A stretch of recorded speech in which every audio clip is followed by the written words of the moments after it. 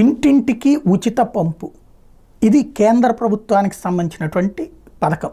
Jal Jeevan machine అన్నటువంటి ఇది పెట్టేసి దాదాపుగా 6-7 ఏళ్ళు అయిపోతుంది.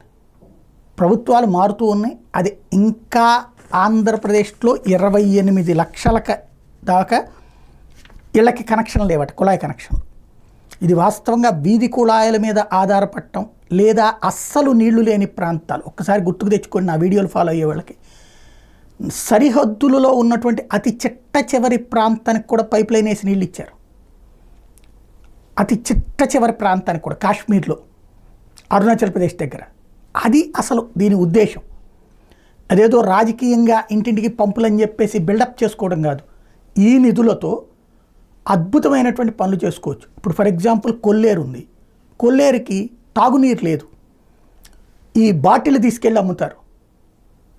అట్లాంటి చోట్లకి ఇచ్చుకోవచ్చు. జనావాసాలు ఉన్న ప్రాంతాలు, అట్లా గిరిజన ప్రాంతాలకి ఏముంటాయి, అక్కడే తొట్లు లాగా ఉంటాయి, వాటిట్లో నీళ్ళని అక్కడ ప్యూరిఫై చేసుకునేటువంటి సిస్టమ్. అక్కడ సురక్షితమైనటువంటి నీటి సదుపాయాన్ని ఏర్పాటు చేయొచ్చు. ప్రతి ఇంటికి కూడా కనెక్షన్ ఇవ్వచ్చు. ఆ రోజు రావాలి అంటే చిత్తశుద్ధితో ప్రభుత్వాలు, రాజకీయ పార్టీలు ఆలోచించాలి. ఇప్పుడు చంద్రబాబు గారు ఆదేశాలు ఇచ్చారు 28 లక్షల ఇళ్లకు కుళాయి కనెక్షన్లు ఇవ్వమని చెప్పి. అది బాధ్యతాయుతంగా ప్రతి పల్లె ప్రాంతానికి, అట్లాగే ప్రతి గిరిజన ప్రాంతానికి, ప్రతి మత్స్యకారుల కుటుంబాలకి కూడా అందాలి. తద్వారా ఆ పథకపు స్ఫూర్తి ఆచరణకు రావాలని కోరుకుందాం.